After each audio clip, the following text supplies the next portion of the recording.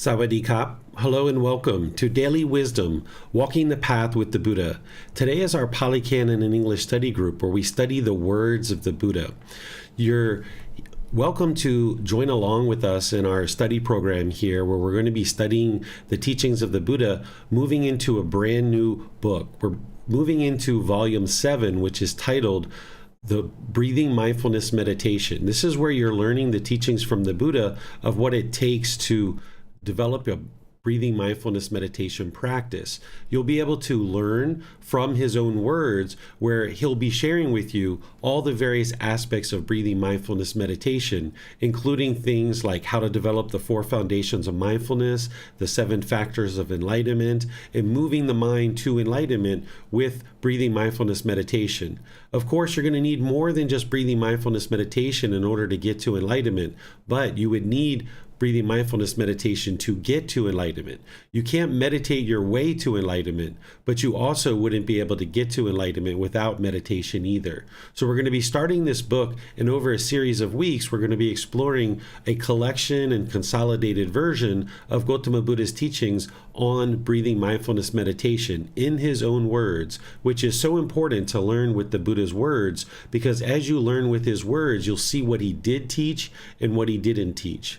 The way we typically start this program is we start with a brief meditation to prepare the mind, and then that way you're able to retain the teachings for a longer period of time. But there's some classes where I don't actually do that because we're either starting a new book or the content is fairly long and we need to read through all those chapters in order to be able to learn them and then give you guys the opportunity to ask questions on them. So today we're starting a new book and the chapters are actually quite extensive. So we're going to need that time in order to study the chapters today. So I'm going to be foregoing meditation, but of course, the vast majority of the people who are studying in this program are developing a meditation practice or already have a meditation practice developed. So that's something that you guys should be doing on your own as your own independent practice. We just do it here in class for about 10 minutes or so just to kind of prepare the mind. But those are things that you can be doing on your own as part of your own independent practice. So let's use our time today to move right into the teachings and share the teachings that are going to help you to be able to understand what the Buddha taught related to breathing mindfulness meditation in his own words. So I'll read these chapters for you guys, and then as you have questions, you'll be able to ask those. What I'm going to do is read the chapter, then I'm going to share some teachings on that chapter, and then open up to any and all questions that you might have related to that specific chapter. So let's start with chapter 1. The title is Great Fruit and Benefit of Breathing Mindfulness Meditation, Anapanasati. Monks, mindfulness of breathing mindfulness meditation, when developed and cultivated, is of great fruit and benefit. And how, monks, is mindfulness of breathing mindfulness meditation developed and cultivated so that it is of great fruit and benefit? Here, monks, a monk having gone to the forest, to the foot of a tree, or an empty hut, sits down, having folded his legs crosswise, straightened his body, and set up mindfulness in front of him. Just mindful, he breathes in. Mindful, he breathes out. Breathing in long, he knows, I breathe in long. Or, breathing out long, he knows, I breathe out long. Breathing in short, he knows, I breathe in short. Or, breathing out short, he knows, I breathe out short. He trains thus, experiencing the whole body, I will breathe in. He trains thus, experiencing the whole body, I will breathe out. He trains thus, calming the bodily sensations, I will breathe in. He trains thus, calming the bodily sensations, I will breathe out. He trains thus, experiencing joy, I will breathe in. He trains thus, experiencing joy, I will breathe out. He trains thus, experiencing peacefulness, I will breathe in. He trains thus, experiencing peacefulness, I will breathe out. He trains thus, experiencing the mental activity, I will breathe in. He trains thus, experiencing the mental activity, I will breathe out. He trains thus, calming the mental activity, I will breathe in. He trains thus, calming the mental activity, I will breathe out. He trains thus, experiencing the mind, I will breathe in. He trains thus, experiencing the mind, I will breathe out. He trains thus, gladdening the mind, I will breathe in. He trains thus, gladdening the mind, I will breathe out. He trains thus, concentrating the mind, I will breathe in. He trains thus, concentrating the mind, I will breathe out. He trains thus, liberating the mind, I will breathe in. He trains thus, liberating the mind, I will breathe out. He trains thus, reflecting on impermanence, I will breathe in. He trains thus, reflecting on impermanence, I will breathe out. He trains thus, reflecting on fading away, I will breathe in. He trains thus, reflecting on fading away, I will breathe out. He trains thus, reflecting on elimination, I will breathe in. He trains thus, reflecting on elimination, I will breathe out. He trains thus, reflecting on letting go, I will breathe in. He trains thus, reflecting on letting go, I will breathe out. It is, monks, when mindfulness of breathing mindfulness meditation is developed and cultivated in this way, that it is of great fruit and benefit. When, monks, mindfulness of breathing mindfulness meditation has been developed and cultivated in this way, one of two fruits may be predicted, either final knowledge, wisdom, in this very life, or, if there is a residue of clinging, the state of non-returner. Okay, I'm going to share this chapter with you and help you to understand what it is that the Buddha is teaching here. First, what I'd like to point out is what he's sharing here in the last paragraph, which is that when you develop breathing mindfulness meditation, that there's one of two benefits that could be predicted. One is final knowledge. Final knowledge is enlightenment. By the time you get to enlightenment, you will have fully eradicated the ignorance of the mind, or this unknowing of true reality, and you would have fully cultivated wisdom, which means you'll fully understand the path to enlightenment, and you fully transform the mind, and now the mind no longer experiences any discontent feelings. You would have cultivated final knowledge of how to eliminate the 10 fetters, and you would have done so. So the Buddha is explaining that breathing mindfulness meditation leads to enlightenment in this very life. Or if there is a residue of clinging, meaning if there's a little bit of clinging that's still left, the state of non-returner. This is the third stage of enlightenment. So if you fall short of enlightenment, then a being is in this third stage of enlightenment, experiencing significant amount of contentedness, peacefulness, and joy, but there's still occasional discontentedness here and there. This being is going to be reborn into the heavenly realm and attain enlightenment from that realm. But you're not interested in just sacrificing and kind of, not getting to enlightenment and accepting this particular stage, because you're not going to necessarily know that you're in the third stage of enlightenment 100%. So rather than that, go for enlightenment and set your sights on final knowledge, where you can eliminate all the fetters and actually get to enlightenment, experiencing peace and joy for the rest of this life. Because in that third stage of enlightenment, you're still going to be occasionally experiencing discontentedness. So that means during your life, you still are experiencing discontentedness. So you would like to get to the point where you've attained enlightenment in this life and no longer experiencing any discontentedness, so that you can enjoy the rest of this life in that mental state. Now let me share with you what the Buddha is talking about here with his meditation and the guidance that he's providing in terms of what he's teaching you about how to actually meditate. First, he's saying that going to the forest, to the foot of a tree, an empty hut, you sit down. So during the lifetime of the Buddha, this is where he would guide people to meditate, because the forest was a bit more quiet. There was also a lot of fears people have of the forest. So going into the forest to meditate, one could eliminate those fears. Then they could sit at a foot of a tree or in an empty hut. And the Buddha taught 4 different positions for meditation: seated, lying, standing, and walking. But the seated position is one where people tend to learn. It's a primary position to learn breathing mindfulness meditation and all other forms of meditation. So he would teach seated meditation, but then there's also lying, standing, and walking for various reasons. And if you've studied any foundational programs or courses or retreats with me, then you've heard me share the details on those 4 positions and how you might decide to use them. Then he talks about having folded his legs crosswise, he straightens his body and sets up mindfulness in front of him. What he's talking about here, of course, is lightly crossing your legs so that you can allow the circulation to flow, and then straighten the body or bring the body of the torso to erectness. Because if the body is slouched, then the mind has a tendency to be complacent. But if the upper body was real rigid, the mind would have a tendency to be uptight and overactive. So you'd like there to be some straightness or erectness to the upper body.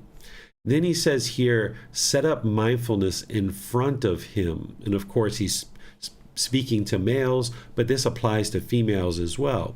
Setting up mindfulness in front of you is that you're setting up awareness of the mind. You're not interested in just plopping down into meditation and starting your meditation practice. Instead, you would like to bring this awareness to the mind. I teach chanting as a way to accomplish that. But there's other options that you could use as well. Because if you set up mindfulness in front of you before you start meditating, you're going to start getting benefits in meditation right away from the very beginning. If you were to just plop down into meditation, it might take 5, 10, 15 minutes for you to really be starting to get any benefits, and then not too long after that you're actually going to end your meditation. So to get the full benefit of your meditation session, you'd like to bring some awareness of the mind as you ease into meditation. And if you'd like to use chanting, which is what I teach, you're welcome to use that. Or if you have some other techniques that you use to bring awareness to the mind, then use that and ease the mind down into meditation so you can get the most benefit out of the meditation itself. Then once you have the body set up and you're starting to bring this awareness to the mind, then you just breathe in and out. This is establishing the breath. And that's what the Buddha is teaching there. And he's also teaching it here as well, that you start establishing the breath. And as you establish the breath, you start fixating the mind on the breath itself, so that if you're breathing long, you know that you're breathing long. Or if you're breathing short, know that you're breathing short. And this was essentially focusing the mind on the breath as the fixated point of the mind, either the sound of the breath coming into the nose or the sensation of air moving over the skin into the nose. This is what you would like to do as you're first starting meditation. Then there's this part here where the Buddha starts talking about the bodily sensations in the body. This is the part where he's describing to bring this awareness to the whole body and start calming the bodily sensations. So if you're having any tingling feelings in the body, if you're noticing any bodily sensations associated with discontentedness arising during meditation, as you experience the body, you should calm the bodily sensations, meaning cut them off and let them go. Oftentimes when you're in meditation, you might experience an itch and you feel this overwhelming urge to hurry up and itch it. But what you would like to do is stay focused on the breath so that you can reside unaffected by that bodily sensation that's occurring because of the itch. Then, if you need to itch it after 5 seconds or so, go ahead and itch it. But next time, try to elongate that to 8, 10, 12 seconds and even longer, all the way to the point where over multiple meditation sessions, you can see the entire life cycle of that itch, where it arises, it changes, and it fades away.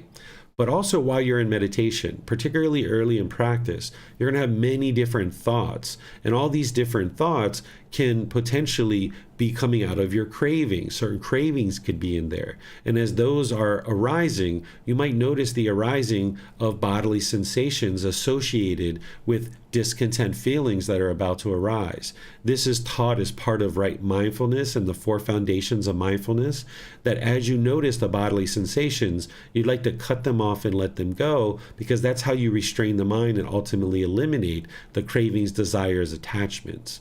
And this is part of developing that 4 foundations of mindfulness, where you need to understand and be able to be observant and aware of any bodily sensations, not only in meditation, but outside of meditation too. So you're training in meditation so that you can develop mindfulness and awareness of mind, concentration or focus, and then be able to restrain the mind and cut off and let go of the craving, desire, attachment. And the Buddha is starting to walk you through how to actually do that.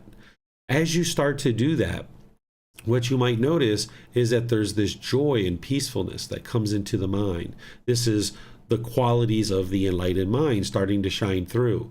Because if you allow those bodily sensations to occur, then the mind's going to next get the feeling of frustration or anger or some other discontent feeling. So those bodily sensations are an indication for you to be able to cut off and let go of any discontentedness that's arising before it becomes a feeling in the mind. And then you save yourself a whole lot of difficulties and troubles. It's kind of like if you were to take a boat from America to the UK and you're out in the middle of the water, you would like to prevent the water from ever coming into the boat, because once the water comes in, you've got a real problem to deal with. The same thing is once you allow the anger to come into the mind, you've got a real problem to deal with. So if you can cut it off and let it go as a bodily sensation, you've saved yourself a whole lot of difficulties. And again, as you do that, you're retraining the mind to not experience conditioned feelings, because as long as you allow the mind to continue to get conditioned feelings, you're not going to be able to get to this unconditioned mental state of enlightenment. So as you're doing what the Buddha describes here in meditation, which is you're cutting off and letting go of bodily sensations, you might notice this unconditioned joy or this peacefulness starting to shine through in the mind, which are qualities of the enlightened mind. Then, as you notice mental activity, what you would like to do is you would like to also cut that off and let that go. That's any thoughts that are arising during meditation. In meditation, if there's any thoughts whatsoever that are arising, you cut them off and let them go, bringing the mind back to the breath. Realizing that you will never eliminate thoughts, that's not the actual goal of meditation. Your goal is to be able to notice when there is a thought and more readily cut that off and let it go and bring the mind back to the breath. Even in the enlightened mental state, there's occasional thoughts that you might experience in meditation. You'll have periods of quietness and stillness, maybe 3 minutes, 5 minutes here and there, but eventually there'll be a thought even when the mind's enlightened. So your goal isn't to let go. The goal isn't to eliminate thoughts. Your goal is to let go of the thoughts as they're arising. So if 20 times, 30 times, 50 times during your meditation, you're letting go and letting go and letting go and letting go, this is training the mind to be able to let go of any thoughts that are arising. And in meditation, you're doing this with all thoughts. But then in daily life, you're only cutting off and letting go of unwholesome thoughts. Like if you're in a relationship and a thought comes up to go out and be with another person, you know that would cause harm to your relationship and to your partner, so you'd like to cut that off and let it go. Or if you come outside and you see a scratch on your car and you start to notice that there's bodily sensations associated with frustration or anger that's arising, you'd like to cut that off and let it go. You're protecting the mind, restraining the mind, eliminating craving, desire, attachment. So as this mental activity is occurring and you're experiencing that, cut it off and let it go. Here, the words the Buddha is using is calming the mental activity, because you can't eliminate it 100%. But in other teachings that he shares, other discourses, he uses the language cut off and let go, or just cut off is what he says. He says, cut off the thoughts. I usually add the let go because it helps people to understand what you're trying to accomplish. So now, as you're calming the mental activity during the breathing mindfulness meditation and you're starting to notice a bit of stillness, as you start experiencing the various quality of the mind and you start to notice the condition of the mind, then you would like to gladden the mind, concentrate the mind, and liberate the mind. This is uplifting the mind. So by you gladdening the mind, it's going to uplift the mind. Sometimes when you're in meditation, you might feel this disgruntledness or this lethargic condition or dullness coming into the mind, or it just doesn't want to be there, it wants to be somewhere else. That's where you need to uplift it with this gladdening of the mind. And then you're concentrating the mind on the breath, either the sound of the breath or the sensation of air moving over the skin. And this is helping to liberate the mind of any kind of discontent feelings that are occurring.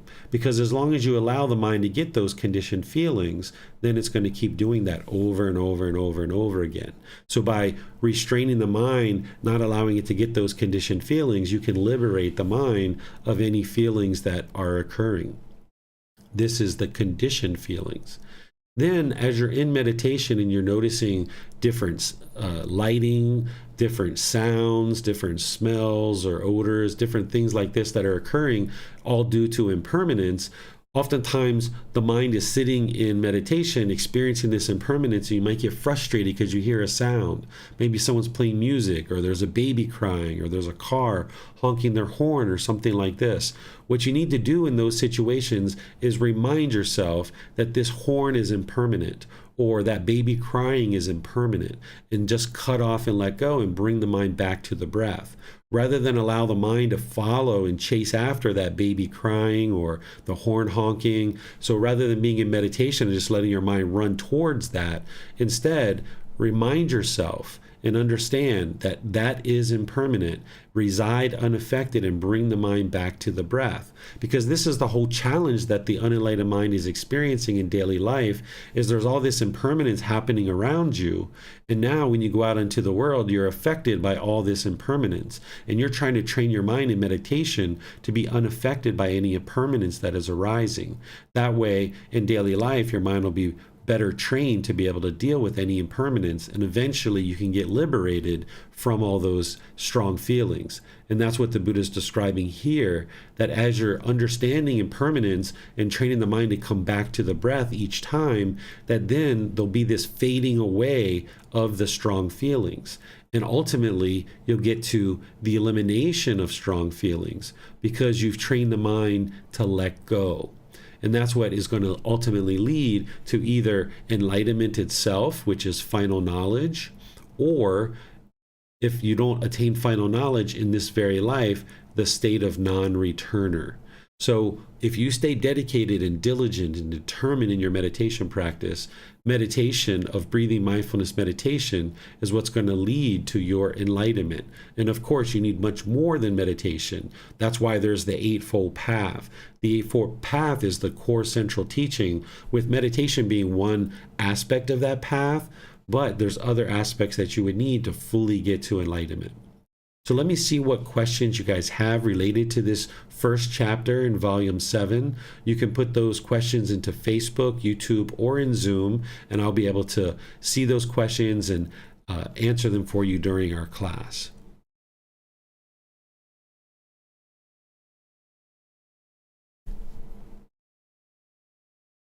Okay, it looks like we have a question here coming in from Bruce.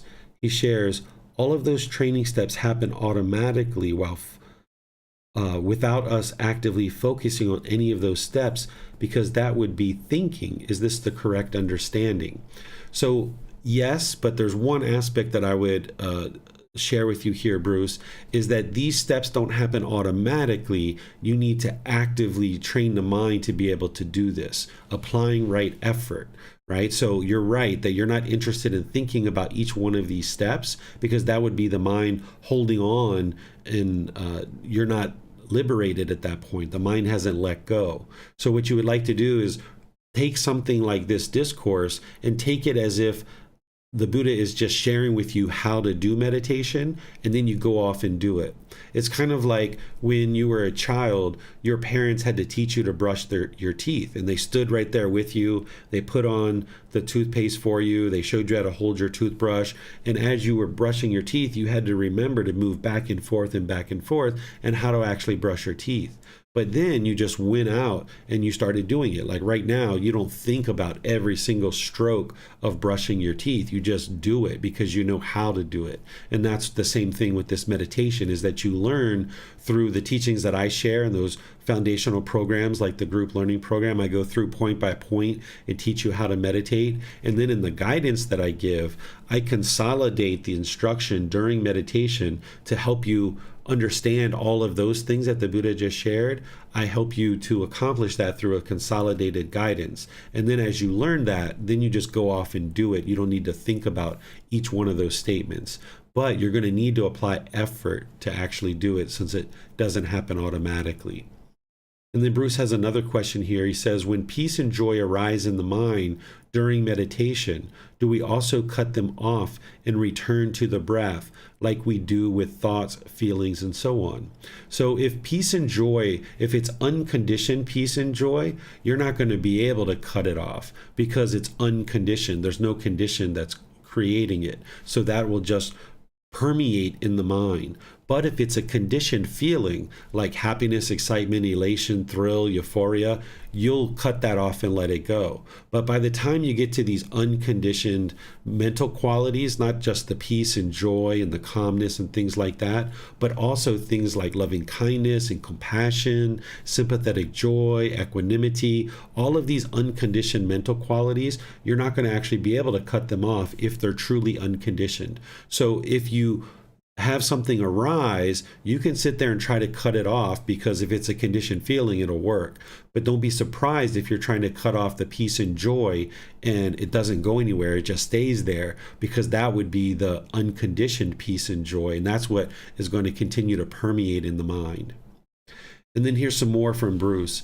If I find that my mind wanders off the sensation of the breath coming and going out of the nose a lot during meditation, I have been following the beginning of the in-breath, its peak and its fading away, and also the pause at the end before doing the same with exhaling.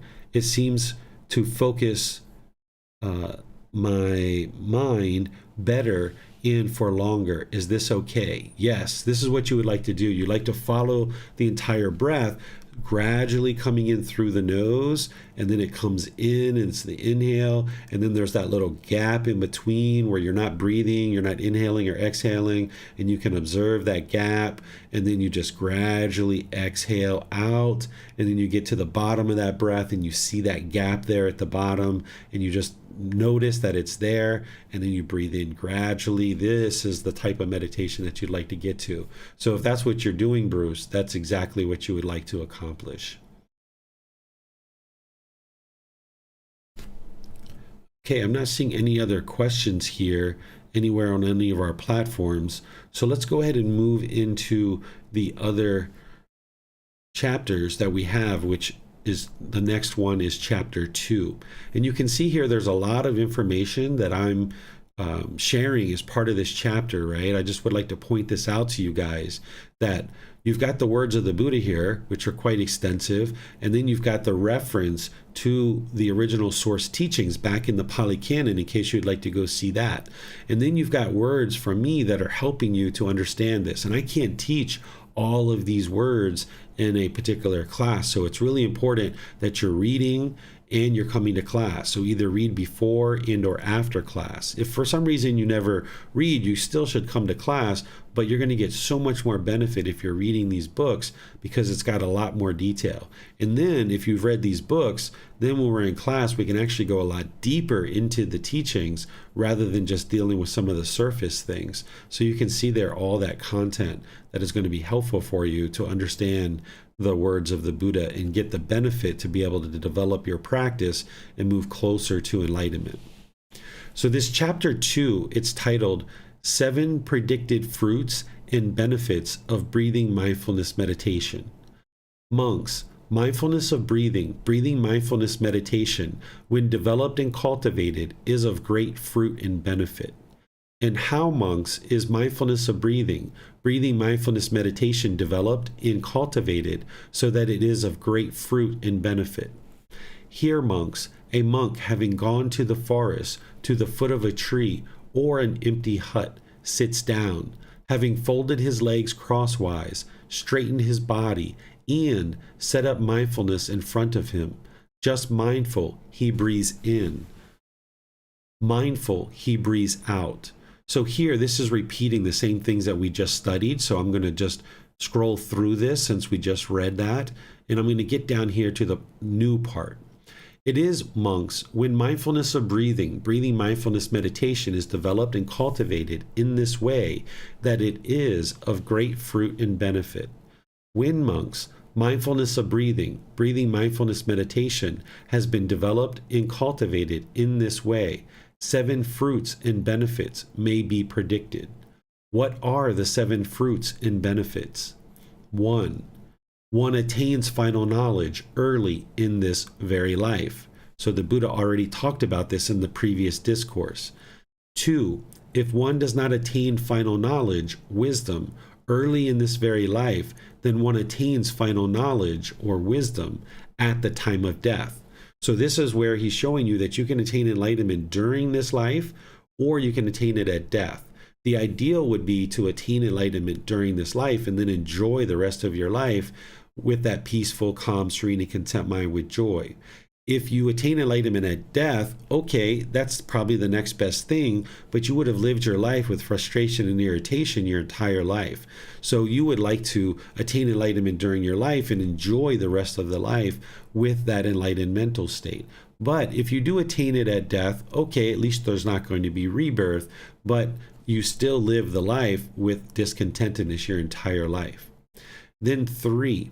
If one does not attain final knowledge early in this very life or at the time of death, then with the complete destruction of the 5 lower fetters, one becomes an attainer of nibbana or enlightenment between one life and the next. So here he's showing you that you can actually attain enlightenment prior to being reborn into another life.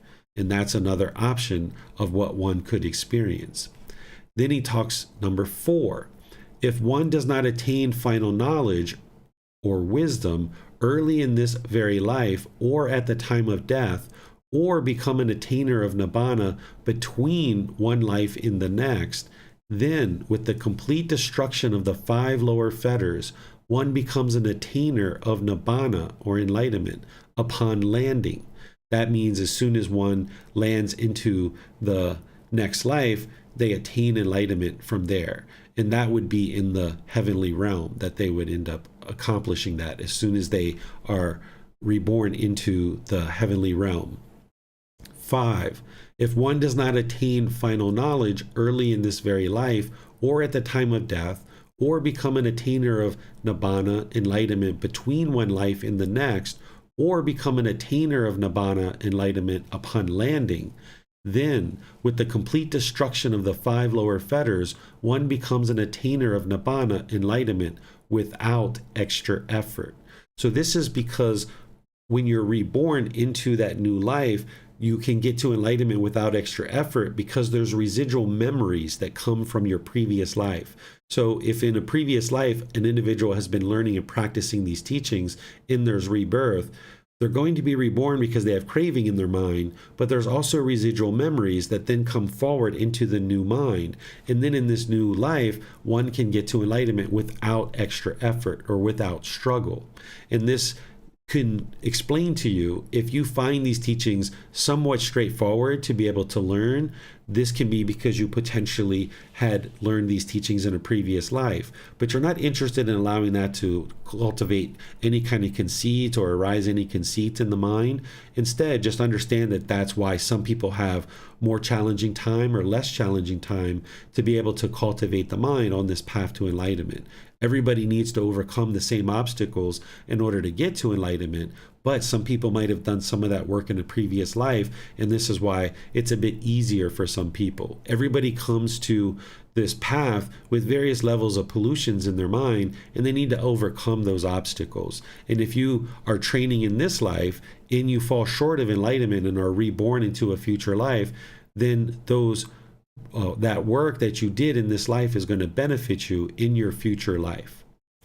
Number 6, the Buddha is explaining all the same things, but then he says, Then with the complete destruction of the 5 lower fetters, one becomes an attainer of nibbana or enlightenment with extra effort. So in this situation, an individual needs to apply extra effort. And then the 7th one is all that same stuff. And then he says, then with the complete destruction of the 5 lower fetters, one becomes one bound upstream, heading towards the heavenly realm. When, monks, mindfulness of breathing mindfulness meditation has been developed and cultivated in this way, these 7 fruits and benefits may be predicted. So the goal of Gautama Buddha's teachings is not to be reborn in heaven. The heavenly realm is still in the cycle of rebirth. Those beings still need to get to enlightenment. And because they're experiencing exclusively pleasant feelings, they're oftentimes reborn into other realms because they lack the motivation and determination and enthusiasm to be able to get to enlightenment. They're not experiencing the conditioned painful feelings, or neither painful nor pleasant. Because they're only experiencing pleasant feelings, they tend to lack that built-in motivation that we have here in the human realm, those painful feelings and neither painful nor pleasant. That's what motivates us and tends to encourage us to move our way towards enlightenment. So here the Buddha is describing what's occurring because he's describing the natural laws of existence. But understand, the goal is not to believe, and then hope something good happens when you die. Instead, you're learning his teachings, you're reflecting on those teachings to independently verify them, and you're practicing them now in this life. And then you're experiencing the results in this life. You're noticing that the condition of the mind is gradually improving. So while this is described here, and you hear the Buddha talking about the heavenly realm in various places, that shouldn't be one's goal. Instead, focus on getting to arahantship or enlightenment in this life, so that then you can end all the discontentedness. All the grief, pain, displeasure, and despair can be eliminated to get to the point where you don't even experience the slightest icky bad mood, but instead the mind is always in a good mood. That's because one has removed the pollutions of mind that are causing those bad moods or the disgruntledness or any kind of painful feelings in the mind. You can eliminate all those conditioned feelings and experience the peace and joy of the enlightened mental state. So let me see what questions you guys have here on this particular chapter.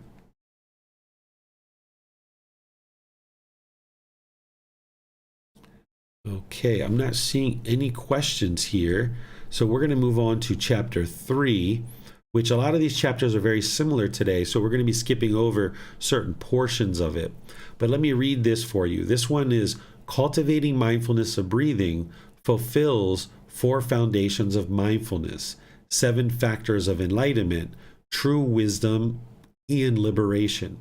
This is where the Buddha is going to take you from breathing mindfulness meditation and showing you how it develops the 4 foundations of mindfulness, the 7 factors of enlightenment, and then ultimately gets you to enlightenment itself. He's going to walk you through that whole process because this helps you to understand how important your breathing mindfulness meditation practice is, so that you can eradicate any complacency and really work towards developing your meditation practice and moving the mind to enlightenment.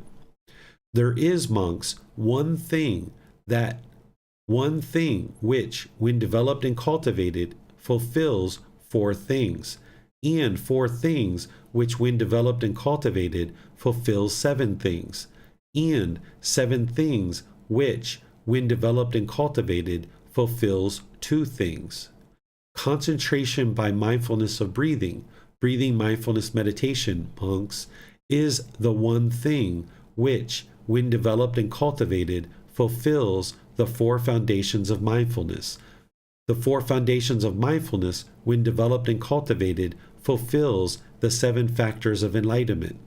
The 7 factors of enlightenment, when developed and cultivated, fulfills true wisdom and liberation. Mindfulness of breathing fulfills the 4 foundations of mindfulness. How, monks, is concentration by mindfulness of breathing mindfulness meditation developed and cultivated so that it fulfills the 4 foundations of mindfulness? Here, monks, a monk having gone to the forest, to the foot of a tree, or to an empty hut, sits down, having folded his legs crosswise, straighten his body, and set up mindfulness in front of him. Just mindful, he breathes in. Mindful, he breathes out. So here the Buddha is going to go through that same part that we just read in the previous chapters. So now going all the way through and scrolling down, he's describing breathing mindfulness meditation and how to do it. Now he's explaining it again, that, okay, once you're doing this work, then he says here, on that occasion, the monk resides reflecting on body as body, dedicated, clearly comprehending, mindful, having removed craving and displeasure in regard to the world. So here he's explaining how doing this first part of his meditation that he's describing, which he's describing here, which is what I just described for you previously. He's saying when you do this, it's helping you to develop the awareness of the bodily sensations. This is the first foundations of mindfulness, that you need those awareness of bodily sensations, the feelings, the condition of the mind, and the mental objects. You need all four of those in order to be able to get to enlightenment. And through the breathing mindfulness meditation, this first aspect of it, where you're observant of the bodily sensations, and whenever they occur and you notice them, you cut them off and let them go. That he's explaining that that's going to help you develop this first foundation of mindfulness. And something else I would like to share with you here is that he's talking about having removed craving and displeasure in regard to the world. What this is that as the mind is in the unenlightened state, at different times you might look at the news, you might look at what's happening in the world, you might see what's happening at your work or your job, and you might have this displeasure in regard to the world. You might see things that are happening and just feel very disgruntled and very lost that the world is doing and experiencing the things that it is. No matter what's going on in the world, there's going to be a certain amount of calamity for a period of time until more and more people learn and practice these teachings. So if you're looking at the news, if you're seeing things at work, if you're seeing things in your family and you're having this displeasure in regard to the world, and oftentimes the mind is thinking, gosh, why are people doing this? Why is the world functioning this way? This is where the mind struggles and has difficulties, because you don't understand the natural laws of existence. There's certain craving in the mind that the mind wants the world to function according to you, according to the way your mind works in the unenlightened state, which it has this craving, anger, and ignorance. You look out at the world and it doesn't function the way you want it to function. So therefore you have this displeasure in regard to the world. But the world isn't going to function according to what's in your mind. You need to realize that the world is not going to function according to the way you have in your mind that it should function. So therefore, with your craving, wanting it to function your way, you can experience this displeasure in regard to the world, even sadness, right? Well, what you're trying to do on this path to enlightenment is you're trying to awaken to the natural laws of existence so that you can understand how the world does function, not how the world functions according to you. When you are craving for the world to function according to you, then you're going to struggle and you're going to have difficulties. You're not going to understand the world. You're going to get frustrated and irritated. But when you awaken to the natural laws of existence and you see that the world is functioning exactly the way that the Buddha described that it would function, then you don't struggle and have difficulties anymore, because you can look at the world and see that it's functioning exactly the way that he described, and you can eliminate your craving in displeasure for the world. So there's ways for you to eliminate your craving if you have that in regards to the world.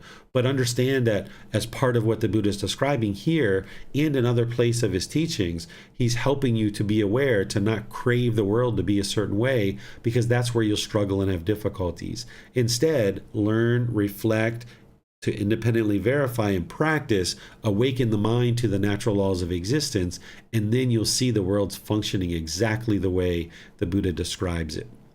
So then the Buddha goes into his next part here, that having established the first foundation of mindfulness, being aware of the bodily sensations, now he's going to guide you into developing the awareness of the feelings in the mind. So here, this is the same exact content, just he's describing that particular certain section of his entire discourse on breathing mindfulness meditation and helping you to understand what to do as part of developing the second foundation of mindfulness, which is feelings as feelings. So he's just saying exactly the same thing with feelings as feelings. And again, having removed craving and displeasure in regard to the world, because that's part of what you need to do. Then he's describing the next set of things as it relates to establishing the next foundation of mindfulness, which is the condition of the mind, understanding the condition or the various quality of the mind. And then he shares that here, mind as mind. That's what is the condition of the mind.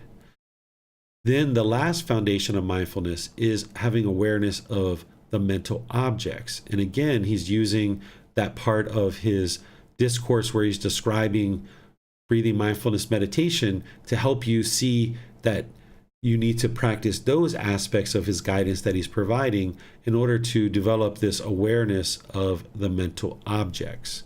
And then having done that, he says, having seen the wisdom, what is the abandoning of craving and displeasure, the monk is one who looks on closely with equanimity. This is where you have calmness and composure of the mind, especially in difficult situations. Therefore, monks, on that occasion, the monk resides reflecting on mental objects as mental objects, dedicated, clearly comprehending, mindful, having removed craving and displeasure in regard to the world.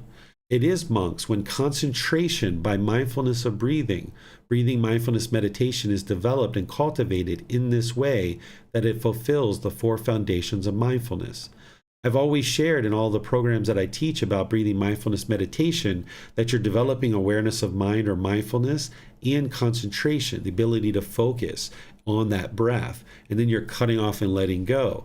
And this is how you're developing the awareness of the four foundations of mindfulness. And then as you've developed the four foundations of mindfulness, then it's time to develop the 7 factors of enlightenment. The 7 factors of enlightenment aren't to determine if you are or aren't enlightened. They're ways to fine-tune the mind. So what you're doing is you're going to be learning here about mindfulness, which is the awareness of mind.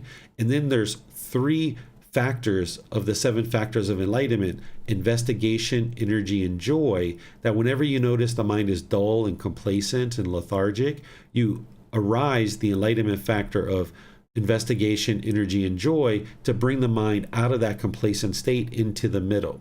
And then when you notice that the mind is in this excited or elated state, you then practice the enlightenment factors of tranquility, concentration, and equanimity. That brings the mind to the middle, where now it comes out of that excited state, and now you can bring it into the middle. And it's mindfulness, the first factor of the 7 factors of enlightenment, and also described in the Eightfold Path, that is there to help you observe whether the mind's complacent or excited.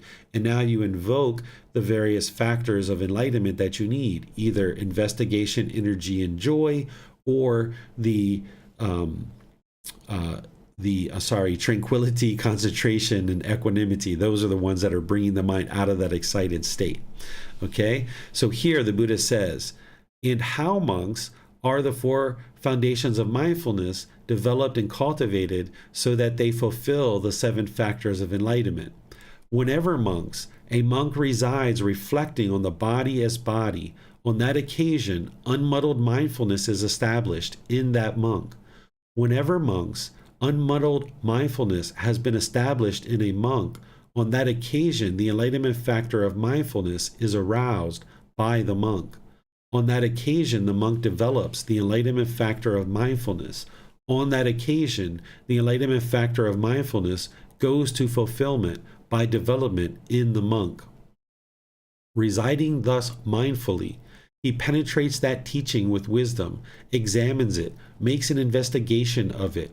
Whenever, monks, a monk residing thus mindfully penetrates that teaching with wisdom, examines it, makes an investigation of it, on that occasion, the enlightenment factor of investigation is aroused by the monk.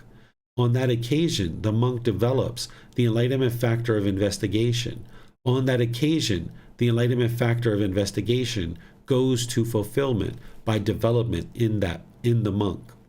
While penetrating that teaching with wisdom, examines it, makes an investigation of it, his energy is aroused without slackening.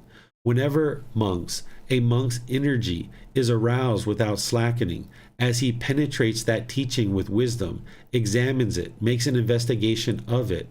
On that occasion, the enlightenment factor of energy is aroused by the monk. On that occasion, the monk develops the enlightenment factor of energy.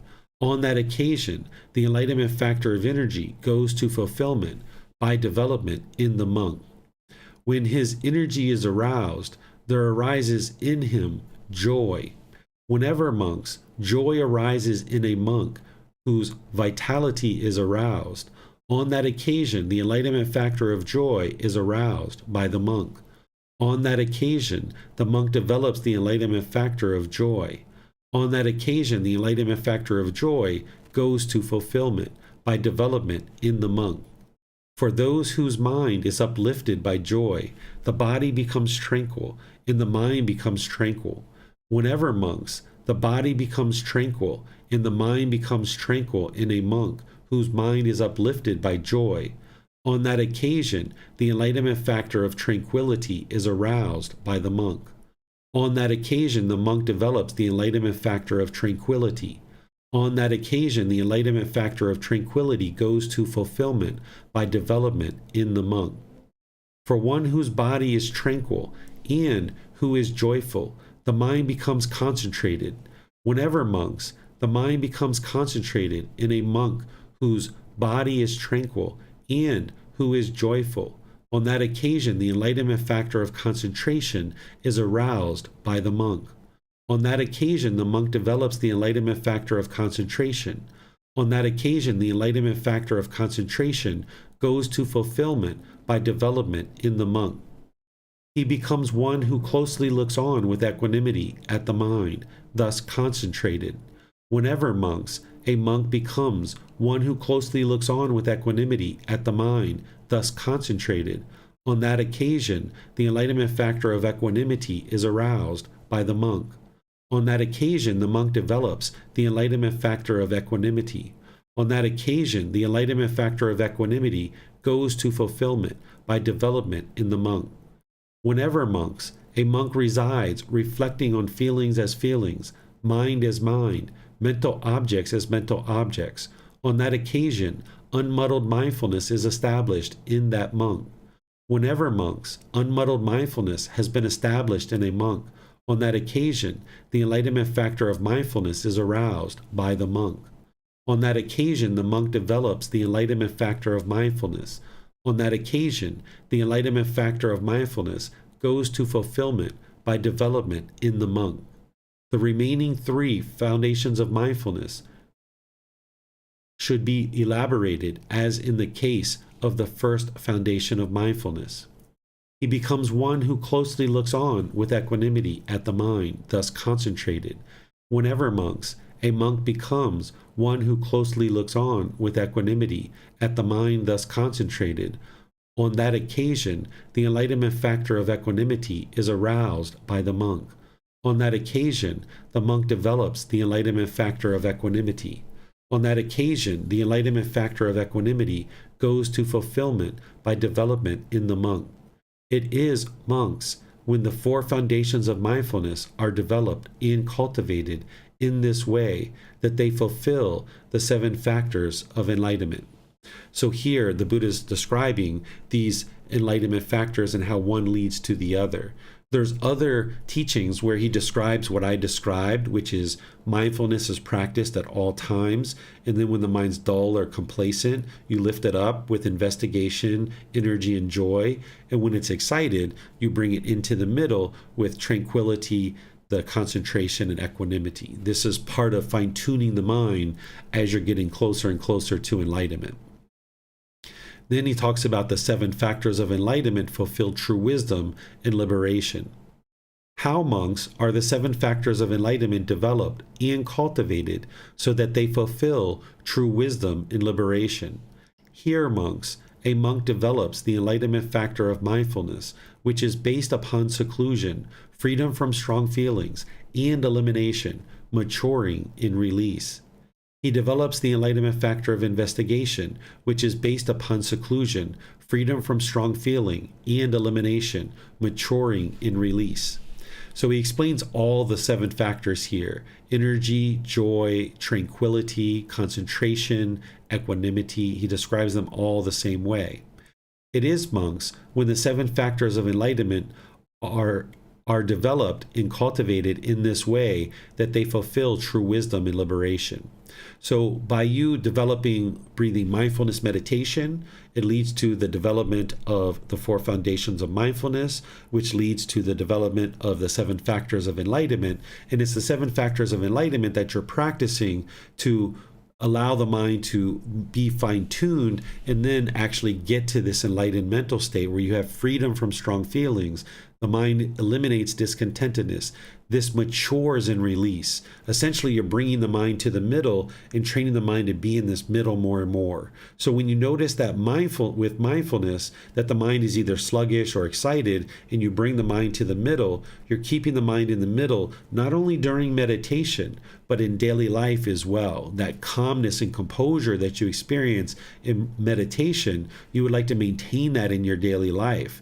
So that's what helps you to observe when the mind is in the middle. And now the more and more you keep the mind in the middle, it'll stay there for longer and longer periods of time. It's like a piece of steel. If you had a steel rod and a piece of wood and you grinded this back and forth, initially, as you first get going, it's easy for that steel rod to pop out. But as you grind it back and forth more and more and more, eventually you get a nice groove there and it won't pop out. And if it does pop out, you'll notice it and then you'll be able to bring it back. But by the time you get to enlightenment or true wisdom and liberation, the mind has been in the middle for these longer and longer and longer periods of time that it just always stays there. It doesn't actually pop out. So let me see what questions you guys have on this particular discourse. Remember, you can put those into Facebook, YouTube, or Zoom, and then I'll be able to see your questions and answer any questions that you have.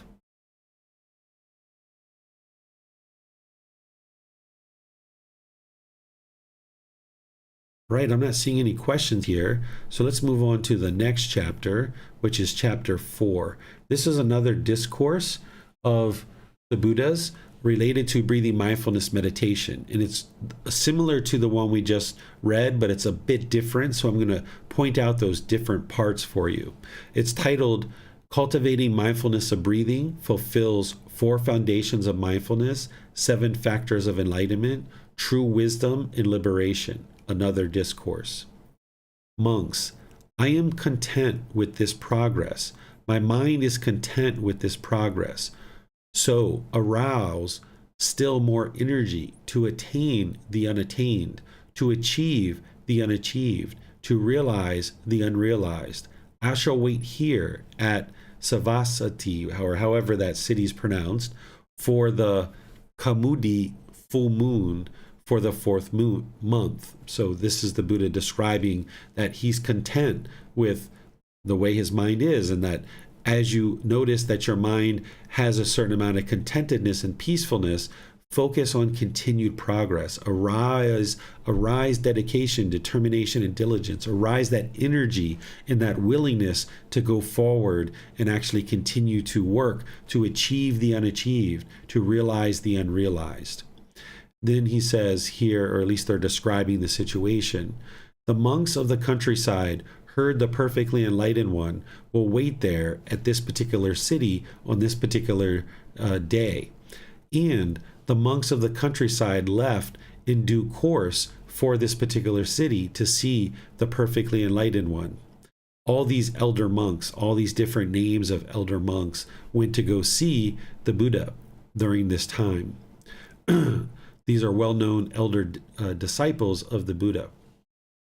And it says they intensively taught and instructed new monks. Some elder monks taught and instructed 10 new monks.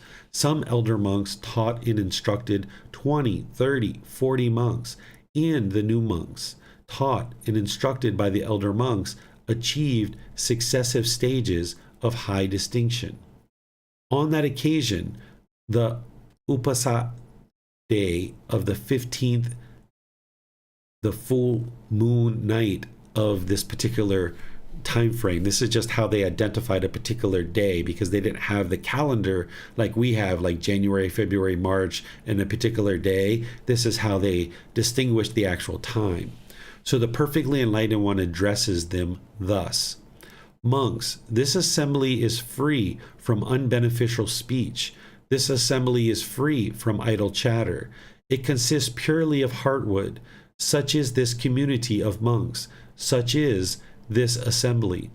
Such an assembly as is worthy of gifts, worthy of hospitality, worthy of offerings, worthy of respectful salutation, an uncomparable field of merit for the world. Such is this community of monks. Such is this assembly. Such an assembly that a small gift given to it becomes great, and a great gift greater. Such is this community of monks. Such is this assembly.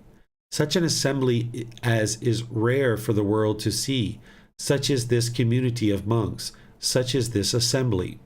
Such an assembly as would be worth journeying many leagues with a travel bag to see.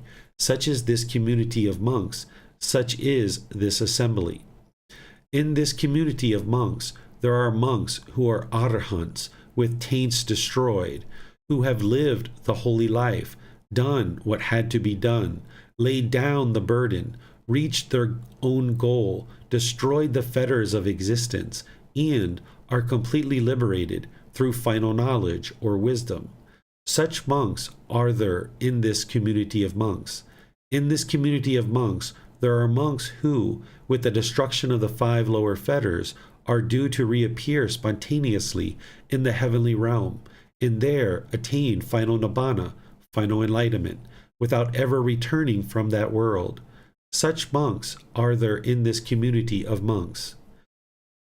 In this community of monks, there are monks who, with the destruction of 3 fetters, and with the fading away of craving, anger, and ignorance, are once returners, returning once to this world to make an end of discontentedness. Such monks are there in this community of monks. In this community of monks, there are monks who, with the destruction of the 3 fetters, are stream enterers, no longer subject to hell, bound for liberation, headed for enlightenment. Such monks are there in this community of monks. In this community of monks, there are monks who reside devoted to the development of the 4 foundations of mindfulness: bodily sensations, feelings, the mind, the condition of the mind, and mental objects. Such monks are there in this community of monks. In this community of monks, there are monks who reside devoted to the development of the 4 right kinds of striving, right effort, of the 4 bases of spiritual power, also known as mental power, initiative, energy, mind, investigation, of the 5 sense bases, eyes, ears, nose, tongue, body, of the 5 powers, confidence, energy, mindfulness, concentration, wisdom, of the 7 factors of enlightenment, mindfulness, investigation, energy, joy, tranquility, concentration, equanimity, of the noble eightfold path. Such monks are there in this community of monks. In this community of monks, there are monks who reside devoted to the development of loving kindness, of compassion, of sympathetic joy, of equanimity, of the meditation of unattractiveness of the body, of the perception of impermanence. Such monks are there in this community of monks. In this community of monks, there are monks who reside devoted to the development of mindfulness, of breathing, the mindfulness of breathing, breathing mindfulness meditation. Monks, when mindfulness of breathing, breathing mindfulness meditation is developed and cultivated, it is of great fruit and benefit. When mindfulness of breathing, breathing mindfulness meditation is developed and cultivated, it fulfills the 4 foundations of mindfulness. When the 4 foundations of mindfulness are developed and cultivated, they fulfill the 7 factors of enlightenment. When the 7 factors of enlightenment are developed and cultivated, they fulfill true wisdom and liberation.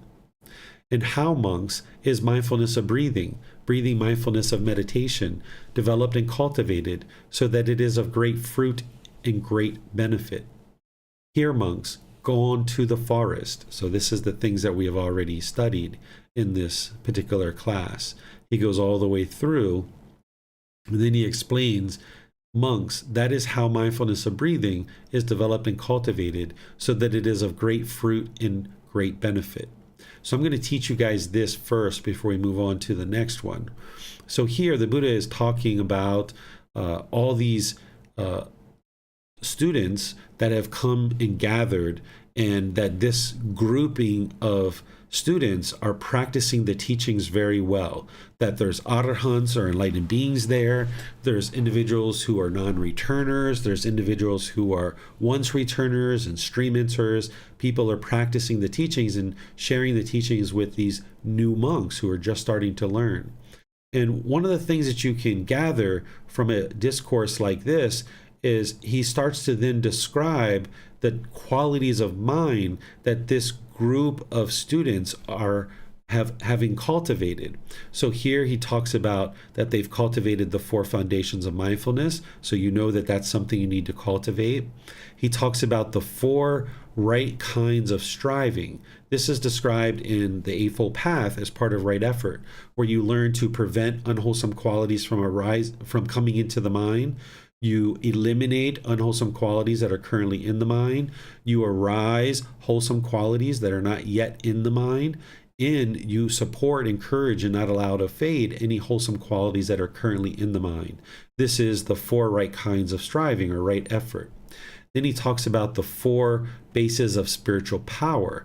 And I've inserted those into the discourse here so you can see those as initiative, energy, the mind, and investigation. And then there's these 5 sense bases. Well, there's a total of the 6 sense bases that you need to understand in order to get to enlightenment, but here he's referencing the 5. And then the 5 powers, which is confidence, energy, mindfulness, concentration, and wisdom. And then he mentions the 7 factors of enlightenment. And then the Eightfold Path, of course. That's the whole core path that's keeping all this stuff together. It's the core central teaching where everything else plugs into. So those are things that you're going to need to understand as you go forward in your journey. Of course, picking one thing at a time and deciding, what is it that you're going to focus on first, and then gradually build up your practice from there. So if you're hearing things in here that you have not yet developed an understanding of, then you're going to need to develop an understanding and practice. It's often the Eightfold Path that you start with, and as part of that, you're developing your meditation practice and your moral conduct, but then you start moving into some of these other teachings to deepen your understanding and practice so that you can train the mind and move it closer to enlightenment. Then he also talks here about what we call the Brahma Viharas. This is the 4 healthy mental states of loving kindness, compassion, sympathetic joy, and equanimity. He's saying that these really well-developed students are devoted to the development of these 4 healthy mental states, and that's why they're taught as part of the group learning program and as a way to help students in their foundational teachings to develop those as part of their practice. Then the unattractiveness of the body. There's a certain meditation that if you're having sexual cravings, that you can use this in order to eliminate sexual cravings from the mind. Then there's the perception of impermanence, which you develop as part of the universal truth of impermanence and looking around the world.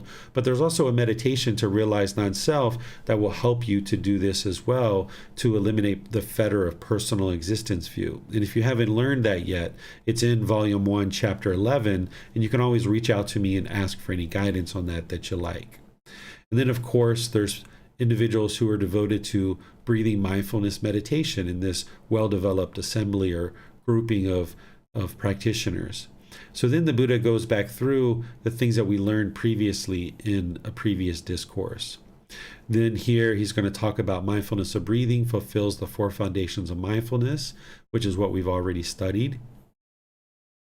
Then he's going to talk about the 4 foundations of mindfulness fulfill the 7 factors of enlightenment, which is something that we've already studied.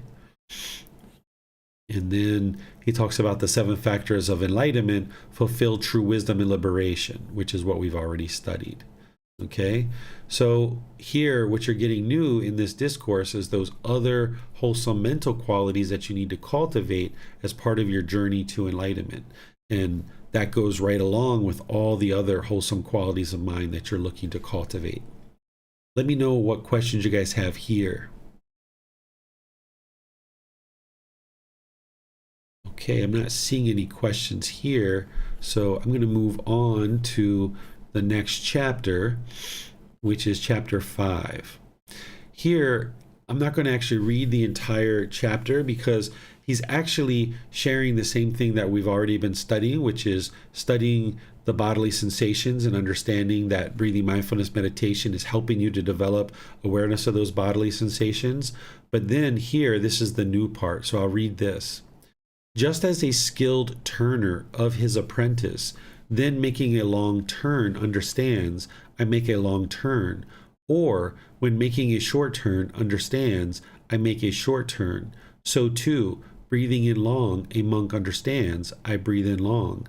He trains thus, I shall breathe out, calming the bodily sensations. In this way, he resides reflecting on the body as a body internally, or he resides reflecting on the body as body externally, or he resides reflecting on the body as a body both internally and externally, or else he resides reflecting on the body, its arising factors, or he resides reflecting on the body, its vanishing factors, or he resides reflecting on the body, both its arising and vanishing factors. Or else mindfulness that there is a body is simply established in him to the extent necessary for bare wisdom in mindfulness. And he resides independent, not clinging to anything in the world. That is how a monk resides reflecting on body as body. So here the Buddha is describing how you need to become aware of these bodily sensations. You can do that through meditation, and that's what you're doing whenever you notice bodily sensations. During meditation, you should just bring the mind back to the breath, cut off any observance or any noticing of the bodily sensations that the mind has, and just bring the mind back to the breath. And this is what you're cultivating in meditation so that in daily life, you have that skill available to you. That as you notice the arising of bodily sensations associated with discontentedness, because with craving in the mind, it's going to produce arising of bodily sensations first. Then there's going to be feelings, it's going to affect the condition of the mind, and then it's going to feed these mental objects. So as the bodily sensations are arising, you would like to cut it off and let it go, and you're training to do this in meditation. Let me know what questions you guys have on this chapter.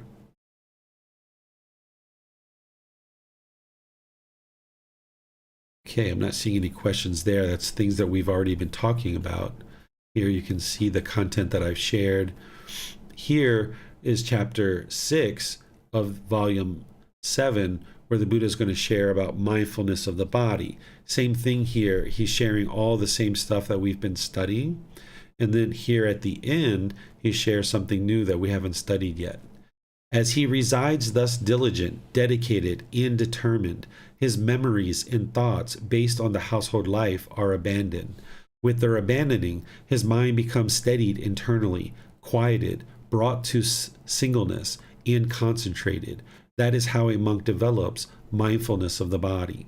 So here, remember, there were people leaving the household life to ordain with the Buddha, shaving off their hair, wearing robes, collecting donations of food, and living a life of homelessness, so to speak. And this is how they were training to get to enlightenment, by leaving things behind. This is what the ordained life is about, creating this environment that's conducive to getting to enlightenment. But that's not required in order to get to enlightenment.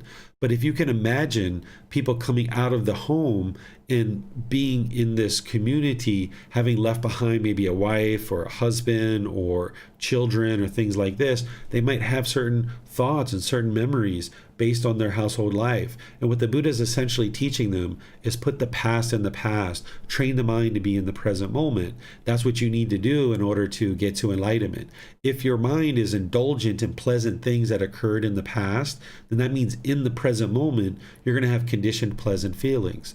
If your mind is indulging in painful thoughts from the past, then in the present moment, you're going to have painful feelings. So while here he's talking about eliminating thoughts based on the household life, what you can do this as terms of what he's guiding you to do is leave the past in the past. So whether you're in an ordained life or you're in a household life, you're going to need to accomplish the same thing. So if you've had things that have happened in your past that were very painful or very pleasurable, you're going to need to let that go and train the mind to be in the present moment, no longer longing and yearning for those pleasant things and no longer being averse to those painful things, but just training the mind to let it go and bring the mind to the middle. And you're using the mindfulness to be able to do that.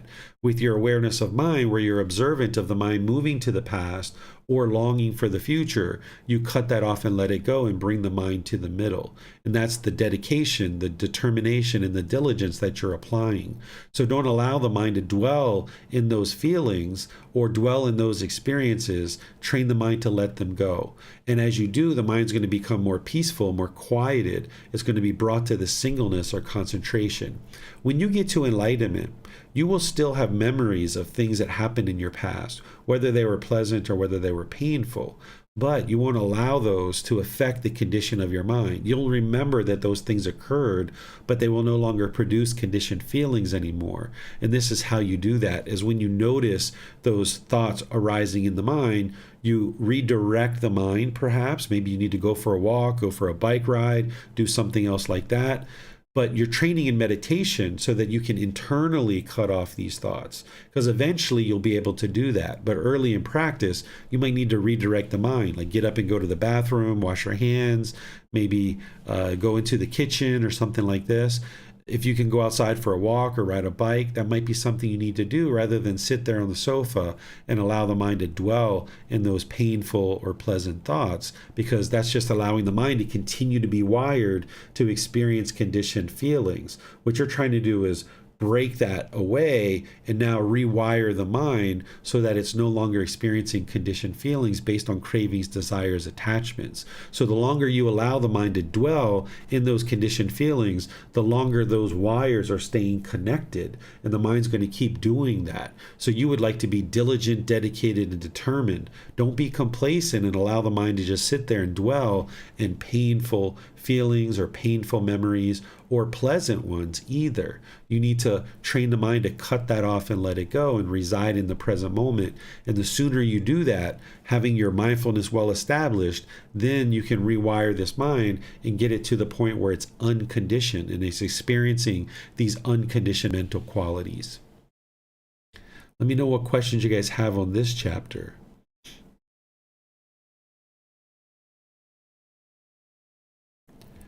Okay, I'm not seeing any questions here. So let's move into the next chapter, which is chapter 7. This is a discourse that I often share in the group learning program and in other courses and retreats that I teach.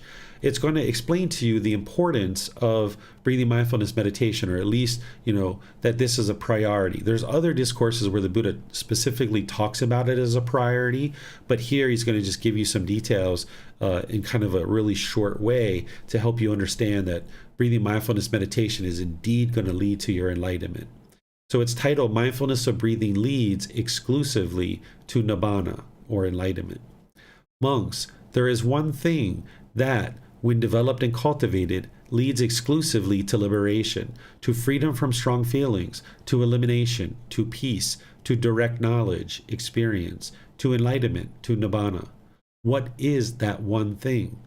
Mindfulness of breathing, breathing mindfulness meditation. That is that one thing that, when developed and cultivated, leads exclusively to liberation, to freedom from strong feelings, to elimination, to peace, to direct knowledge, experience, to enlightenment, to nibbana.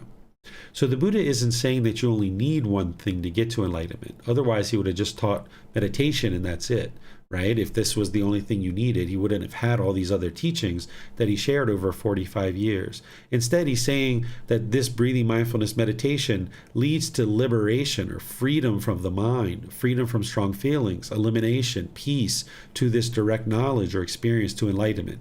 Just like a car can lead you to the grocery store. But you could also walk, you could take a bike, you could do other things too, right? But that car will lead you to another destination. That's what the whole purpose of that car is, to transport you from point A to point B. It's the same thing that he's describing here with meditation. Is this breathing mindfulness meditation, it leads to one thing and one thing only, and that's enlightenment. Right? And it's helping you to cultivate the qualities that you need in the mind so that then you can apply it in daily life. So in meditation, you're cultivating mindfulness or awareness of mind and concentration. Those are qualities that are wholesome that you're going to need in daily life. And it's helping you to eliminate craving so that you can restrain the mind and pull it back, eliminate any clinging. So in meditation, you're cutting off all thoughts, realizing that you're going to have a thought. Even as an enlightened being, you're going to have a thought. You can quiet the mind, you can still the mind for a period of time during meditation as an enlightened being, but within 3 to 5 minutes, you're going to have an occasional thought during meditation. But you'll notice it right away, you'll restrain the mind and pull it back to the breath. Where in the unenlightened state, you'll tend to have bombardment of thoughts, or you'll have a thought and you'll follow it and indulge in that thought for a while until you realize you need to bring the mind back. So while you're training the mind in one way, which is cutting off all thoughts, because you're trying to cultivate this quality of being able to easily let go of thoughts, along with mindfulness and concentration. In daily life, you're training to cut off all unwholesome thoughts. Any wholesome thoughts, go ahead and do those things if that's what you would like to do, but you cut off all the unwholesome thoughts that are arising in the mind. This is the same like a professional athlete. A professional athlete's going to train in the gym in one way and then perform a sport. Someone might be a pole vaulter and now they in the gym are doing weight training, cardiovascular training, agility training, and so forth and so on. But then when they go out into do their sport, they're going to do pole vaulting. It's the same thing. You're going to train in meditation one way, and then you function in daily life in another way. This is what you're doing when you're training in breathing mindfulness meditation and then practicing the Eightfold Path in daily life. So let me know what questions you guys have here. You guys know how to do that through Facebook, YouTube, or in Zoom. Okay, I'm not seeing any questions anywhere, so I am going to go ahead and move on to the next chapter, which is chapter 8. This one is titled Concentration by Mindfulness of Breathing Leads to the Abandoning of the Fetters. This is very similar to what we've already been reading, but the Buddha is going to explain to you essentially that this breathing mindfulness meditation is going to help you eliminate the 10 fetters. Because previously he was talking about it leading to enlightenment. Well, the way you get to enlightenment is by eliminating the 10 fetters. So here he's specifically describing how it leads to the elimination of the fetters. Monks, concentration by mindfulness of breathing mindfulness meditation, when developed and cultivated, leads to the abandoning of the fetters. And how, monks, is concentration by mindfulness of breathing mindfulness meditation developed and cultivated so that it leads to the abandoning of the fetters? Here, monks, having gone to the forest, to the foot of a tree, or to an empty hut, sits down. Okay, so then he's going to explain all the things that he normally explains as repeated in chapter 1. And then he sums it up with, it is in this way, monks, that concentration by mindfulness of breathing mindfulness meditation, when developed and cultivated, so that it leads to the abandoning of the fetters. So you wouldn't be able to eliminate the 10 fetters without developing breathing mindfulness meditation. You need that as a baseline foundational thing. If you're going to be on the path to enlightenment, you're going to be doing meditation. You're going to be doing breathing mindfulness meditation quite a lot, all the way through your life. Even when you get to enlightenment, you're still going to be meditating. Of course, you're going to miss days here and there. That's pretty normal for somebody who's building up their practice. And even as you get going, there might be periods of times where you'll miss a day here or there, you miss a session here and there. This is completely normal. Your enlightenment isn't going to be determined whether you miss a session here or there. Your enlightenment is going to be determined whether you can consistently meditate for 1 year, 2 years, 3 years, and beyond. So if you're missing a meditation session here and there, okay, you missed it. Get right back into it, right? Don't allow the mind to become complacent. You're not interested in that one session that you missed becoming 1 week or 1 month or 1 year of missed sessions. So if you can consistently meditate over a long-term period, along with all the other factors of the Eightfold Path, that's what's going to lead to your enlightenment, not whether you miss a session here or there. So keep that in mind so that you're not degrading yourself or negative or feeling down or feel like all is lost. Instead, just reinvigorate the mind, remain diligent, dedicated, and determined, and you'll be able to get your practice moving again and then be able to move the mind to enlightenment. Once the mind is complacent, you'd like to be able to catch it as soon as possible. That's why the mindfulness is there, that awareness of mind. Because if you allow the mind to be complacent for many days or many weeks, it's a lot harder to get the mind out of complacency when it's been complacent for an extended period of time. If you can notice it soon and get the mind out of its dullness and lethargic condition, then it's much easier to bring it out. But if you've been complacent for a year or 2 or 3, my goodness, it's really challenging to get it out of that. But you can still do it. So when you notice the complacency, try to notice that and then bring the mind out and get into the meditation and investigating the teachings, coming to classes, reading books, watching videos, scheduling personal guidance. You're not interested in allowing the mind to be complacent. Part of the complacency is not only just not doing meditation, not reading, not coming to class, but part of the complacency is to allow an unwholesome thought in the mind. So if you see an unwholesome thought and you just allow it to reside there, that's part of your complacency. So when you notice an unwholesome thought arising, you would like to cut that off and let it go and get better and better at observing that. Don't allow that to sit there and permeate in the mind. If you're noticing wholesome thoughts in daily life, go forward with that if that's what you'd like to do. Think about it. Make a wise decision. In meditation, you're cutting off everything because you're just trying to train the mind to let go. Let me know what questions you guys have here. Okay, again, I'm not seeing any questions. So I'm going to move to the next chapter, which is chapter 9. This one is titled, Concentration by Mindfulness of Breathing Leads to the Uprooting of Underlying Tendencies. Here it's all the same stuff. The only thing that's different is this first paragraph and the last paragraph. The Buddha is talking about uprooting these underlying tendencies. So the previous discourse, he was talking about eliminating the fetters. That's like personal existence view, doubt, wrong behavior and observances, the central desire, ill will, desire for form, desire for formless, conceit, restlessness, and ignorance or unknowing of true reality. All those 10 fetters need to be eliminated. And as you do, you're going to be seeing these major improvements to the condition of the mind.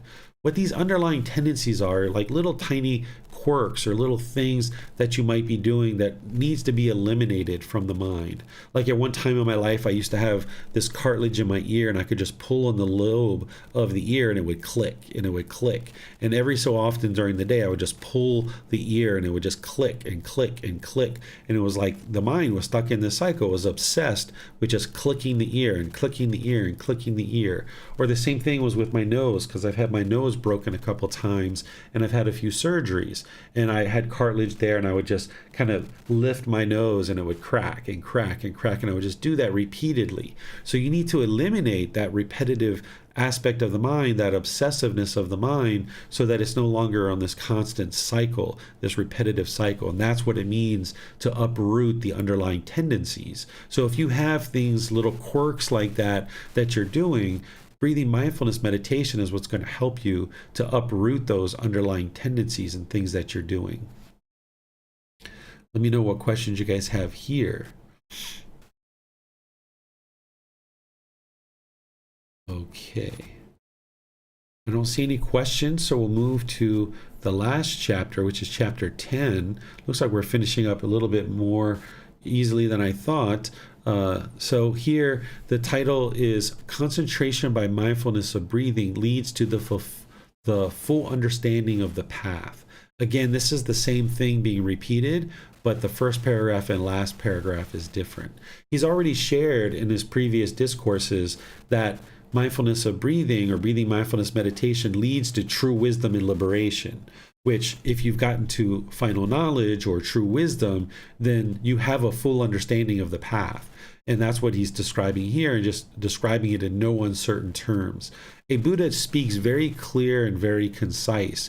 Their teachings are going to be very crisp. They're not going to have a lot of erroneous words in their teachings. Instead, they're going to be very precise and very concise about how they communicate the teachings.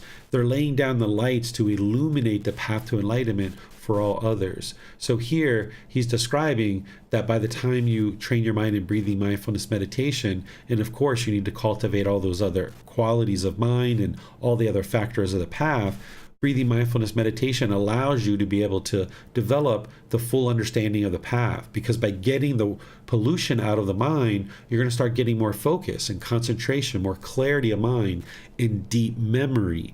That's what you're going to need in order to remember the teachings, is that deep memory. So you're going to need to remember that and keep it in the mind in order to then be able to practice it. You're not going to be able to practice the teachings if they're just in a book.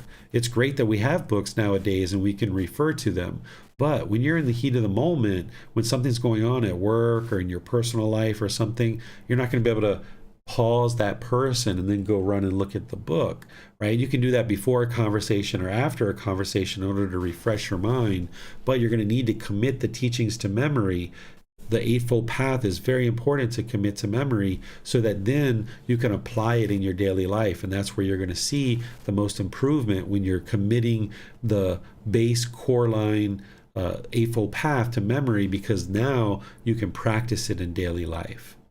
So let me know what questions you guys have on this chapter, and I will answer any questions that you have related to this particular chapter. Okay, I'm not seeing any questions here. So what I'll do is I will just thank all of you guys for joining, and appreciate your dedication, your determination, your diligence, and developing your practice and developing your meditation practice. This is really needed for you. It's going to help you, it's going to help those close to you, and it's going to help all of humanity. And this is the reason why I thank students at the end of each class, because the more dedicated you are to your practice and developing it, that's going to help all these people in the world. Yes, it's helping you, but it's helping those close to you and so many people all throughout the world, because you're causing less and less harm in the world. The Buddha describes in some of his teachings how breathing mindfulness meditation is the highest quality of wholesome Gama that you could generate. That last book that we studied in this program was about the natural law of Gama.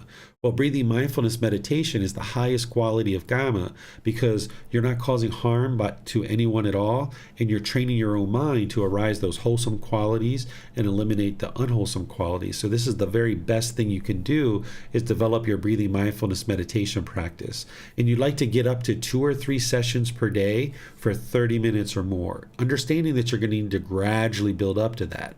Maybe it takes you 6 months, a year, or 2 years to build up to that type of frequency, because you're going to need to clear out certain aspects of your life, whether it's scrolling Facebook or whether it's other unbeneficial things that you're just spending a lot of time on. Maybe you spend a little bit of time in Facebook, maybe you spend a little bit of time watching YouTube videos, but you need to balance that out with investigating the teachings and developing your meditation practice. So as you clear out more and more of these unbeneficial things in your life, and just doing a little bit of it here and there, then it'll free up some more time for you to be able to then dedicate to developing your meditation practice among all the other aspects of your practice that you'll need to develop.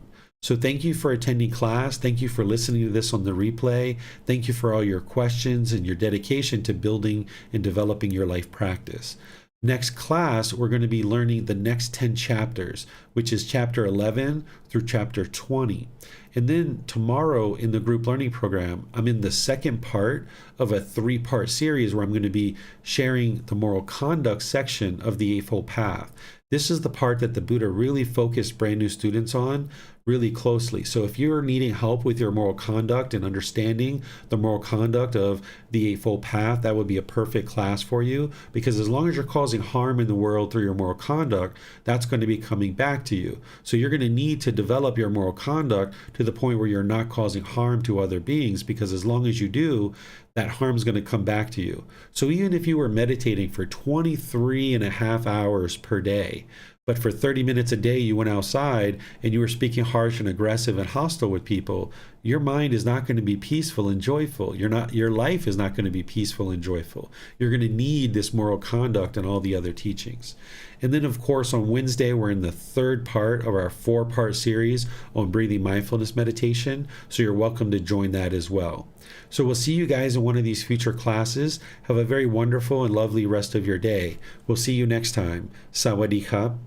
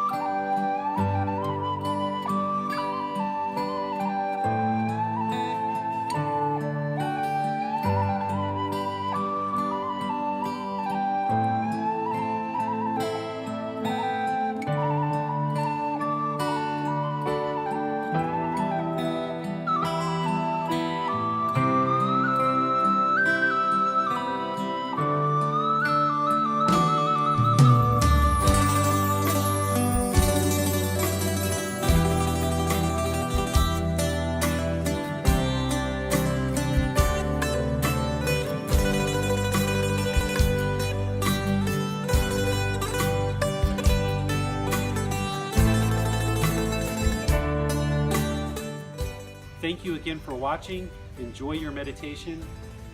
Look forward to seeing you online and answering any questions that you might have. Thank you so much.